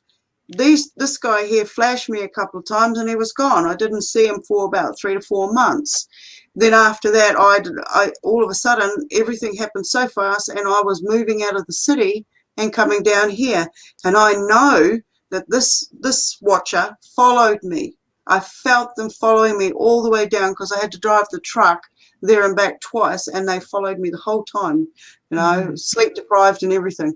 So that was fantastic. And when we got down here, it was like a changing of the guard. So everybody that had been on this being's ship and had watched me over the years had now been separated into different crafts. So every now and then I'll get somebody that goes past and flashes me, and I know that it's not the same feeling state as what I get when I'm interacting with this one, but I also get the same feeling state that I've known them on this one's ship. It's really bizarre. It's a hard thing to explain without sounding crazy. Right. Yeah, no, I know. I get it. Okay, we're going back to this. Why are you just going to get it on the bottom? Okay, stop there. Right at the orb. Right there. Right. Okay, that's good. Okay. So this is one that I was standing. Okay, where this wall is, just a little bit further back to outside of the screen, you can actually see the kitchen room, and then you can see the lounge. This is the lounge room. I was standing at the end of this wall here, looking in the kitchen, when I saw a flash of light come in. I stepped over and took a photo, because we were at a party. I was going to take some photos that night, and because I saw it come in, I knew that night I was going to encounter a few different beings, because I'd said to the others there, tonight we're going to watch the skies. I got a few messages come in. I want to show somebody here that there is beings out there. On this particular night with this one, there was a lot of different action, orbs and entities that came in. That particular night, we watched up to 13 what looked like orange plasma spheres in the distance, in a convoy going across the sky. And it was like, what are we watching here? It was not, Elon Musk hadn't come out, he hadn't done satellites and this sort of stuff, as far as we were aware of back at the time. We're going back 2010 or something like that. Right, yeah. Okay, next one. Perfect. There we go. Now, if you have a look at this one is hatched. Okay, you've got the far side facing us. This one's hatched. If you have a look on your left-hand side, just up there, a little dot. When you blow that up, you can actually see a face in it. An entity has come out of this orb. Okay, perfect. Yeah. Next one right after. This I one like that here. car. Very Eh? cool. I like that car. My cousin has a black one. So if you have a look in the passenger side of this car, there is a pink orb sitting in the seat. Now, I have zoomed in and I've done so many things to have a look for any reflective imaging and everything, but I cannot see it. It does not come out the door. It is not outside of the vehicle at all. It is in the seat. So, Okay. It's Next, a tough one to please. see on the screen. Next, please. There we go. Thank you. Oh, this is my friendly. This is the orb that sort of lives with me. okay. Interesting. And because I was going through, they're very curious. They want to know what's going on. They like to be around the energy. They absorb the energy that we put out. There's energy in the air everywhere. We just got to know how to tap into it. It's not like they're stealing energy from any of us. We actually produce so much energy that we're living in energy. So Right. Okay. Next, please. There we are. Yes. Click it. Thank you. Okay, now see the little dot at the inside of this? It's like a little nucleus. Yeah. Okay. Yeah. It is getting ready to hatch. This is Okay. a seedling getting ready to hatch out of it. This is what I Okay. talk about. Right there. Okay. Yeah. Go ahead, Joe. Yep. Thank you. Okay, now if you look, if you have because everything's small at my end, I don't know what you can see at No, that it end. is here too. It's just our screen on StreamYard, Stone. That's all Yeah. it is. Yeah. If If they're you have a watching look, on TV on their own televisions, they'll have no trouble seeing it. okay. Yeah. If you have a look, you'll see that there's a few of them coming in. There's actually about 5 in the whole picture, but I had to cut part of the picture out because it was inappropriate. Right. All right. We'll leave it Thank there. you. Thank you. No. If you have a look at the orb closest to me, you'll see there is an exclamation mark in it. This is my friendly who lives with me, and we were learning the stages of communication. So I was getting letters and numbers and all sorts, different patterns, and this was just another one of those. Okay, see, now I'm picking up your language, and this was the best way for them to ask me, what the heck are you up to? Exclamation mark, All right. Next one. Thank you. Now, this is like hatching. Right. I have blown this up so many times, and I've zoomed right on in. You can see that there is another sphere inside this, and you can see that there's a being in the corner of it that's just come out. And in most of these ones that have hatched, you can find a face of some sort. Okay. Next one, please. That's my friendly again. Okay. Yeah. And that's the ring structure. a Is human very leg. cool. Yeah. No, that's very cool. Next. Right there. Okay. Now that's the tube that they showed me that they come in before they dissipate. That's actually an interesting photo. Yeah. That is actually very interesting. I like that ring structure. I thought it was fantastic. When I saw it, the first time I saw it, I'm like, oh, geez. And then it was like a flash, just a, boom. And at that particular time, I took a photo, and this is what came out. And it was so fantastic to see as a tube of light energy, how they all came together. And I've always questioned each one of these rings that we see inside it, are they separate? Or is it just one that's moving, creating this tube-like for other things to come through it? Right. Mm-hmm. Yeah. Very See, later on, this is pretty much how I felt when I was having my last night terror accessing dimension. I was inside a tube communicating with a tall grey. And on that one, That's not that the is first story I've heard of a person being in a tube communicating with a gray, just so you know. oh, okay. Well, that was the night terror Yeah. that I was describing Wow. to you, Wow. where people on the outside could hear me making these terrifying noises, and yet there was no fear factor internally. I was actually having a conversation, and the grey actually came to ask me if I had questions. Now, I didn't pick Wow. up on the fact that it was my turn to ask questions before they arrived. If that was the case, I would have been better prepared. Right. Well, I get a You know? chance to ask questions. Wow. All Yeah. right. Next, please. Wow, That's wonderful. just somebody, a total stranger. I went to visit Right. a friend. I went to do a reading and stuff, and so they asked me to take a couple of photos to prove it. First couple of photos, I don't ever invite anything in. I just take a few photos, and then I will say, if you're there, show yourselves, da da da da, and then I take a photo. So there's no magic involved. It's just asking clear intention. It's like making a wish. Know what it is that you're asking to see or experience, because you'll get what you're asking for, but you may not be prepared for it. 100%. Next Okay? photo, please. Oh, I agree. Okay. So And that's in the yard, just flying around the garden. all right. Next, please. That's not the moon or anything. It's the big fellow who likes to come and play. We're on that one now, I think. Yeah. No. Yeah. Okay. There we are. And that's me showing others around me that they do interact, and that's my friendly that basically moved in. Okay. All right. So you can Next. see what I'm showing is I can be moving around, and there's only one entity there. There's not dust, there's not particles, there's not pollen, and there's Right. one entity, and it's the same entity all the time, always showing up, saying, "Hi, I'm here." Right. So, and that I said, okay, show yourself in a different color, and sure enough, they turn blue. Wow, that's interesting.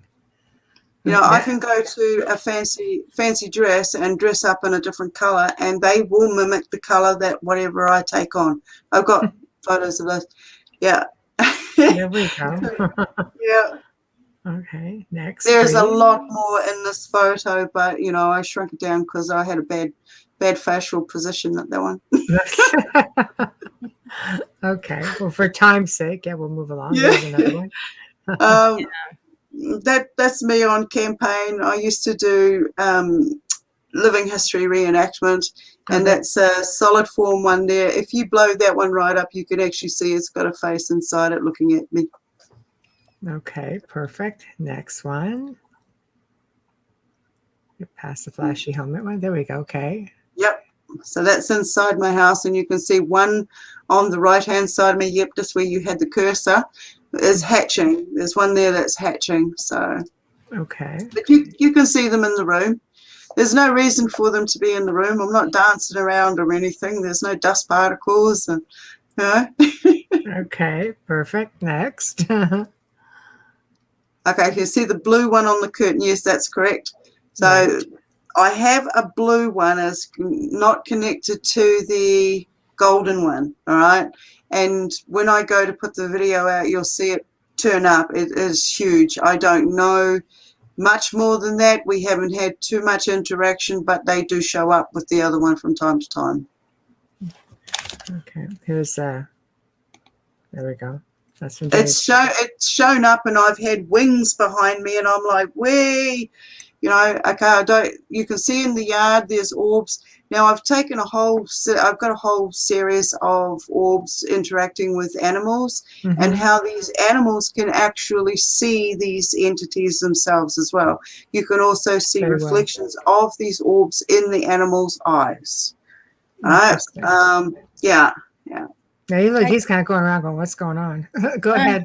Yeah. I just want to read 2 comments in the chat room before we continue. Reek and Havoc 215, love your name. Great images. Dave Petrella says great pictures. I think the orbs may be a stable form of travel for light bodies, astral bodies. Mm-hmm. Yeah, I agree. Yeah, very possibly. that was at the start when I first started taking graveyard photos. They were, this is my friendly again. He is popping up back there. Mhm. No. There we go. Okay, I was staying at a friend's place and I was showing her the orbs that were coming in. Now, this is one orb and it is moved 3 times. Like I said, I can catch them up to seven times moving in one frame.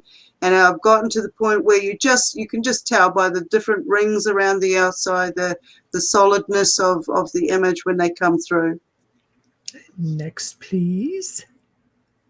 Now, this was a friend of ours who had a bad car crash, crashed into a parked truck, and so spending some time with us. And as you can see the orb has come in and has checked him out and has moved away again. It's like, yeah, you're all right. Okay, next one. Yeah. Right. And once again, just above my head, you can, my friendly. Okay. I mean, with all of the photos that I've got, I'm happy for people to be skeptics and come in and say whatever and stuff, but you cannot deny the fact that I have in so many different cameras and so many different photos, the one particular orb.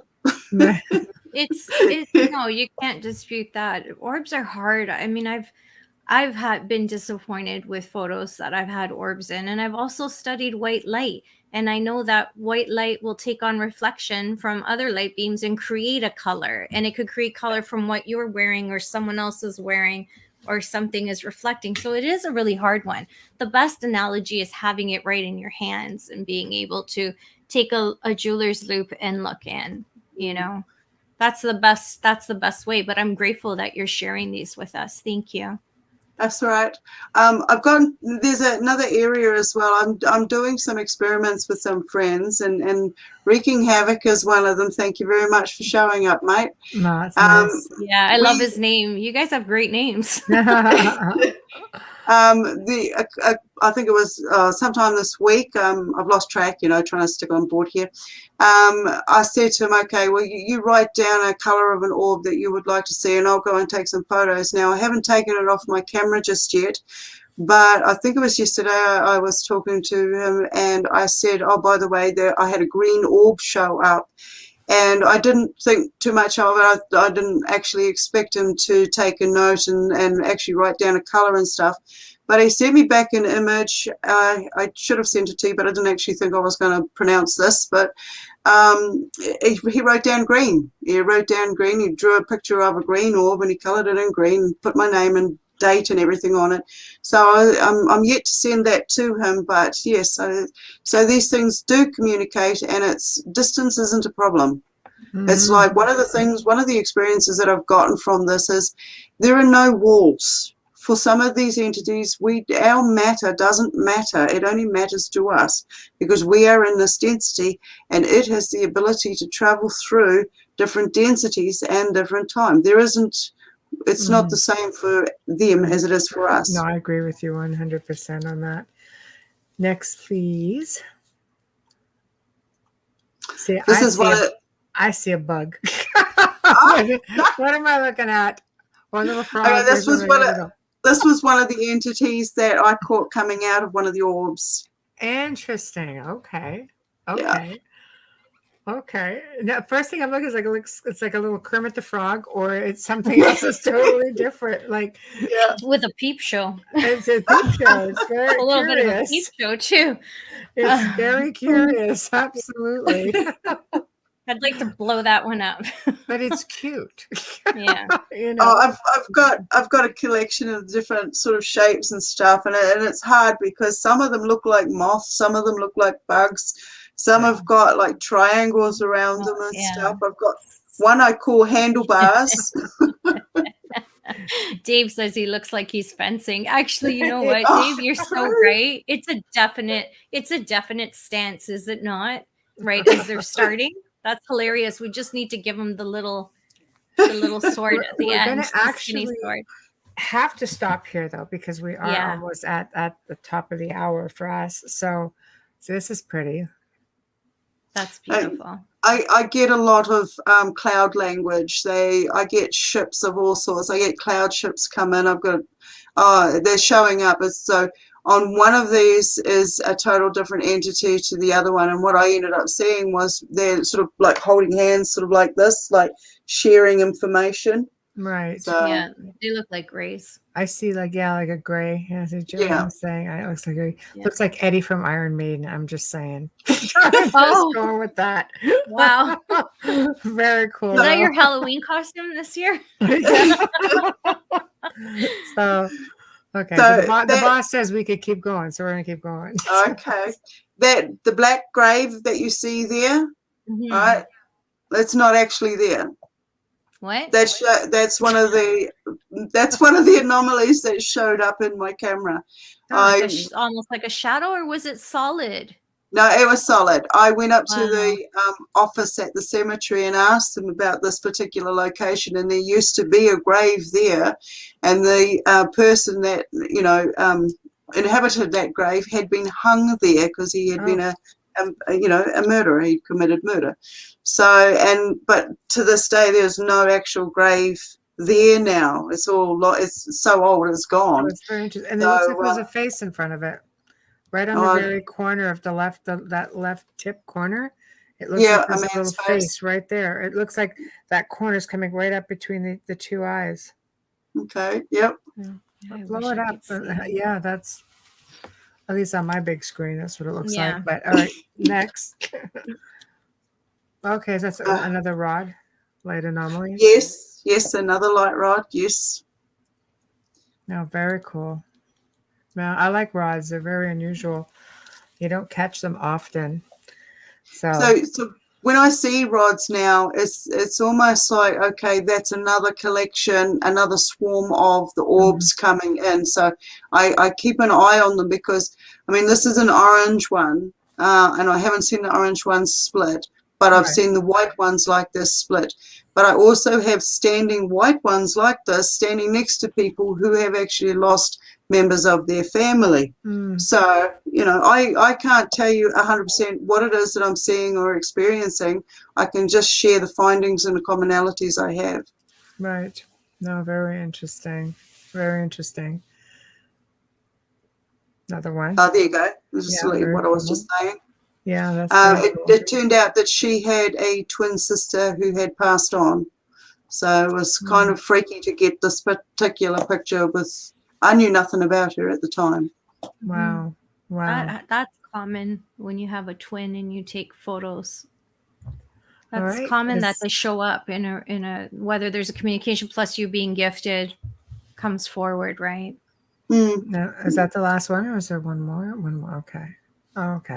Oh, this is another being. I found it very strange that when I took a photo, that's how they turned out. But, I'm aware of how the light was outside and how other people were. But there was something about this chap, like when I actually had a conversation, he wasn't talking to me like a normal human being.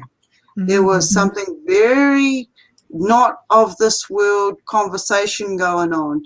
And so when he asked me the couple of questions, I was very hesitant to tell him anything other than I am of this land. That's pretty much it. I am of this land. So it was really, I have people come to my door and knock on my door and say things like, like a little old man did one day. He says, I've come to see if you can see my wife. He had a clipboard and a pen and he said my name and only my first initials of my name were on the piece of paper, no last name. And he said, can you see my wife for me sometime? And the first thing I did was look around in my house. Now, why would I turn around and look inside my room when he's standing outside and I said, well, bring her along sometime. She's not here today. Well, why would I say these weird things? Right. So, and I said, yes, I will when you bring her along. So, then I went into the house and I was telling my partner, I just had a strange experience. And he says, well, get out there and question him some more. And by the time we'd gone from one room to the gate, and there's no way it could have happened because it was a big courtyard. You had to dodge my roosters, and I had a big fence that made this really heckish noise when you opened it, okay? That didn't take place. Nobody was disturbed in the yard. When I ran out to the gate and I looked left and right, there was nothing going on down the streets. So whoever he was, wherever he came from, it was just one of those things. I mean, I have these people turn up out of nowhere.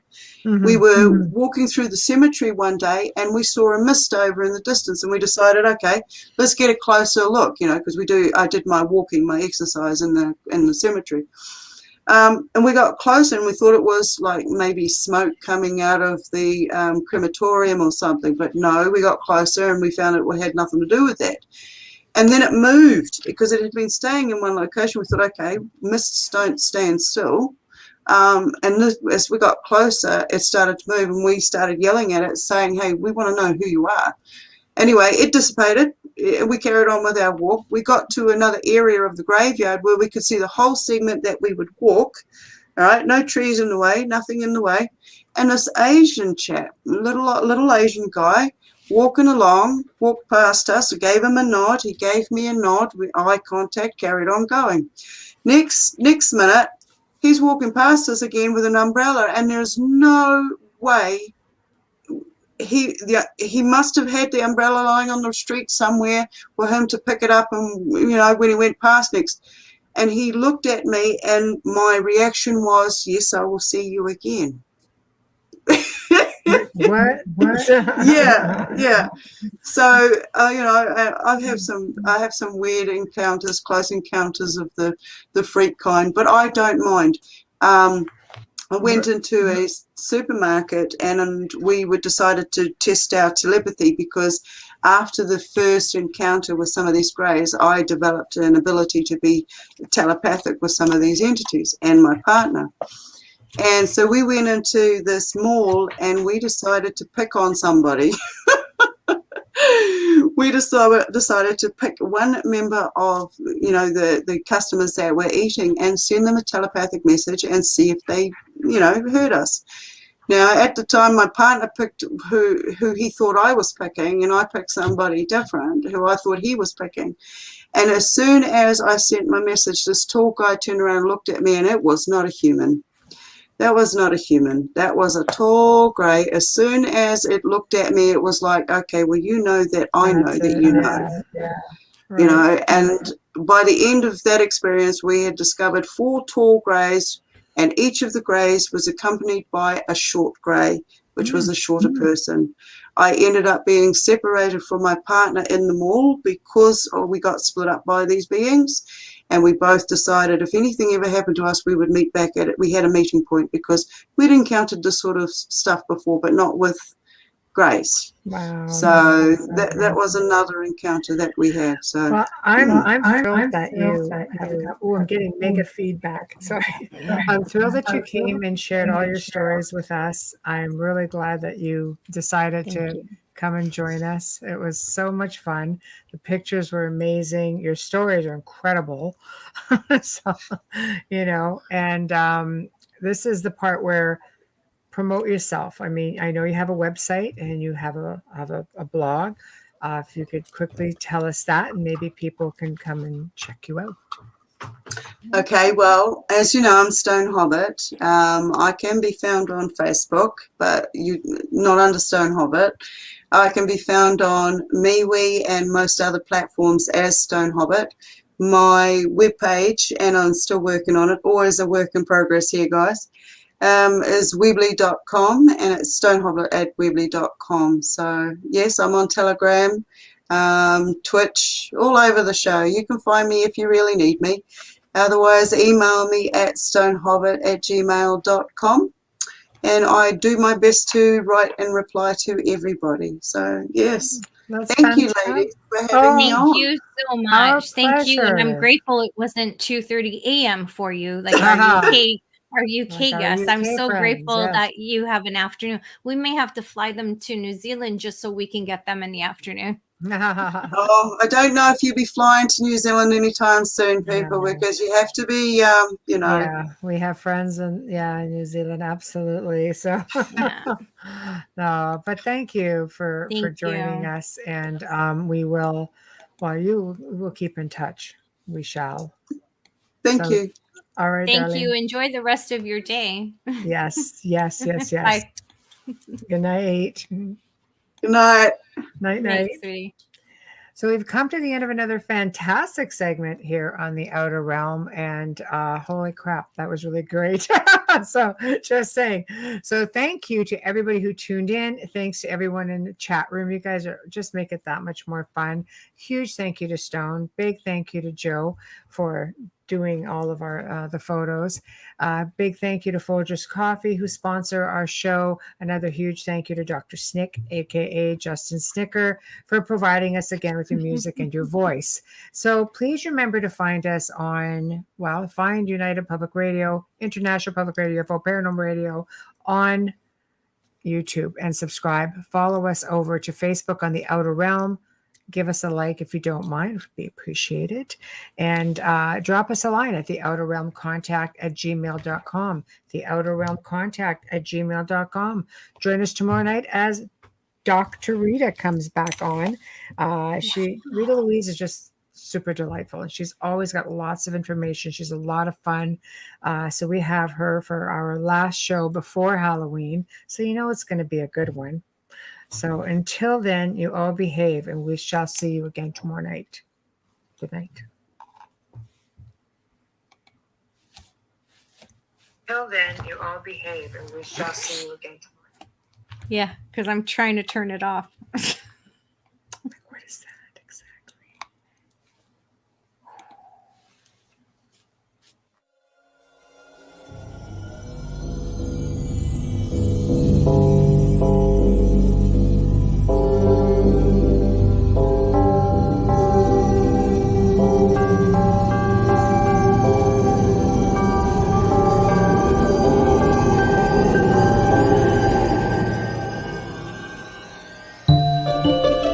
You have been listening to The Outer Realm with Michelle Desrochers and Amelia Pisano, airing live every Wednesday and Thursday evening, 9 to 11 p.m. Eastern, 8 to 10 p.m. Central, on the United Public Radio Network, 105.3 FM in New Orleans.